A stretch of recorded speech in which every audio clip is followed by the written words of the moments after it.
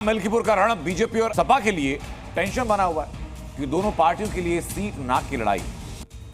एक तरफ दोनों पार्टियों ने जाति कार्ड खेला, अपना अपना जोर दिखाया, वहीं सपा के मुखिया अखिलेश यादव ने एक बड़ा दांव खेल दिया। अखिलेश यादव का दांव क्या है, इस रिपोर्ट में आपको दिखाते हैं।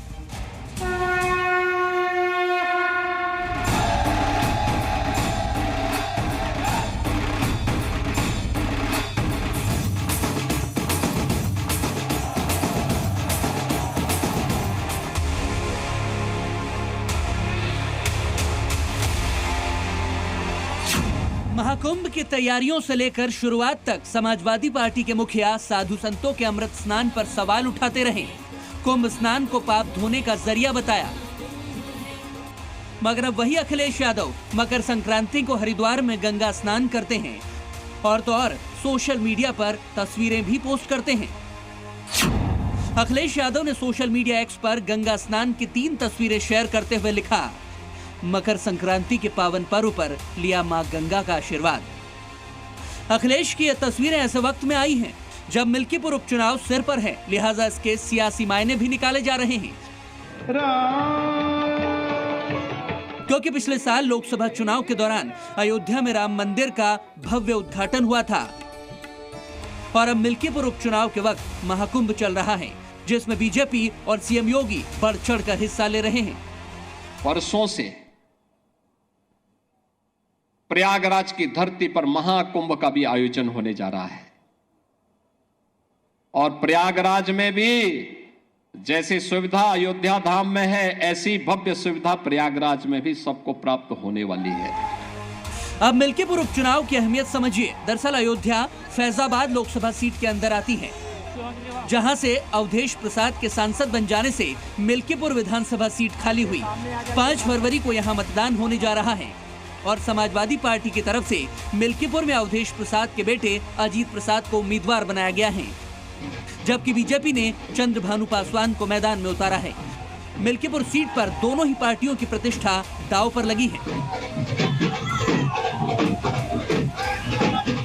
दरअसल 2022 के चुनाव में एसपी ने मिल्कीपुर सीट जीत ली थी। अवधेश प्रसाद मिल्कीपुर से विधायक चुने गए थे।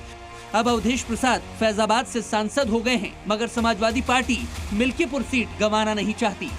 वहीं बीजेपी लोकसभा में फैजाबाद की हार का बदला लेना चाहती है। ये और बात है कि समाजवादी पार्टी के सांसद और मिल्कीपुर के पूर्व विधायक अवधेश प्रसाद बीजेपी उम्मीदवार को बाहरी बता रहे हैं। वहीं बीजेपी कैंडिडेट का कहना है कि मिल्कीपुर के रिजल्ट से सारा पॉलिटिकल परसेप्शन बदल जाएगा। वो क्या कह रहे थे कि हम राम को लाए हैं, हम मंदिर बनवाए हैं, हम हवाई अड्डा बनवाए हैं, राम को हम लाए हैं, राम हमें लाएंगे। दांव तो उल्टी पड़ गई ना। चुनाव अलग था, इस पर हम कुछ नहीं कहना चाह रहे हैं।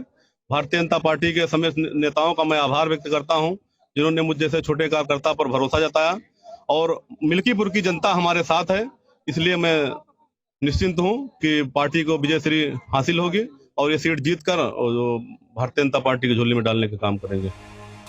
अब जरा मिल्कीपुर सीट का जातीय समीकरण भी समझ लेते हैं, क्योंकि एसपी उम्मीदवार अजीत प्रसाद और बीजेपी उम्मीदवार चंद्रभानु पासवान दोनों ही पासी समाज से आते हैं और मिल्कीपुर में सबसे ज्यादा 60,000 वोटर पासी हैं, जबकि यादव 65,000, मुसलमान 35,000 और गैर पासी दलित 50,000 के आसपास हैं।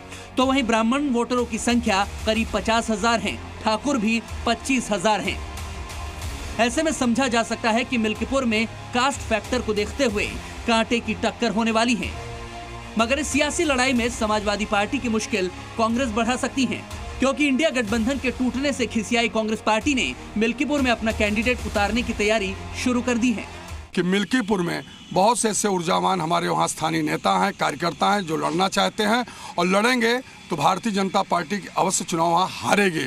और रही बात ये कि 2 या 3 दिन में बहुत शीघ्र आपको तस्वीर नजर आएगी।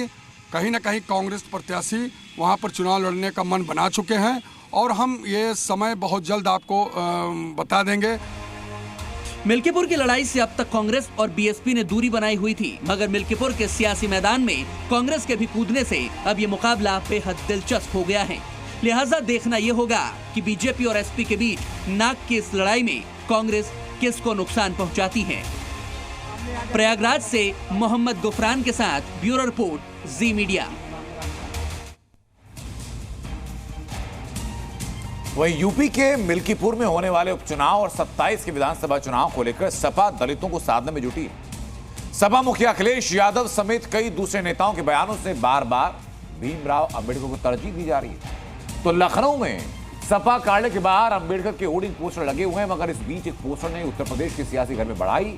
पोस्टर में लिखा कि हम दलितों के साथ बजरंग बली। आखिर क्या इस पोस्टर के पीछे की राजनीति? लखनऊ से हमारे सहयोगी की रिपोर्ट देखिए। अभी से ही बाबा साहब भीमराव अंबेडकर को तरजीह दी जा रही है, तो वहीं समाजवादी पार्टी कार्यालय के बाहर कई ऐसे पोस्टर लगे हैं जो कि चर्चा का विषय बने हुए हैं। फखरुल हसन चांद ने एक होर्डिंग लगाई है जिसमें सीधे तौर पे डिंपल यादव की तस्वीर है और डिंपल यादव अपने हाथ में बाबा साहब भीमराव अंबेडकर की तस्वीर ले रखी है।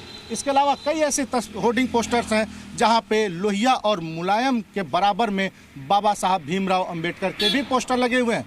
पीडीए यात्रा निकालने वाली है जिसमें पीडीए पर चर्चा को लेकर कार्यक्रम का आयोजन किया जाएगा, जिसमें बाबा साहब भीमराव अंबेडकर के विचारों को जन जन तक समाजवादी पार्टी पहुंचाने का काम करेगी। कैमरा पर्सन समीर के साथ तुषार श्रीवास्तव, जी मीडिया, लखनऊ।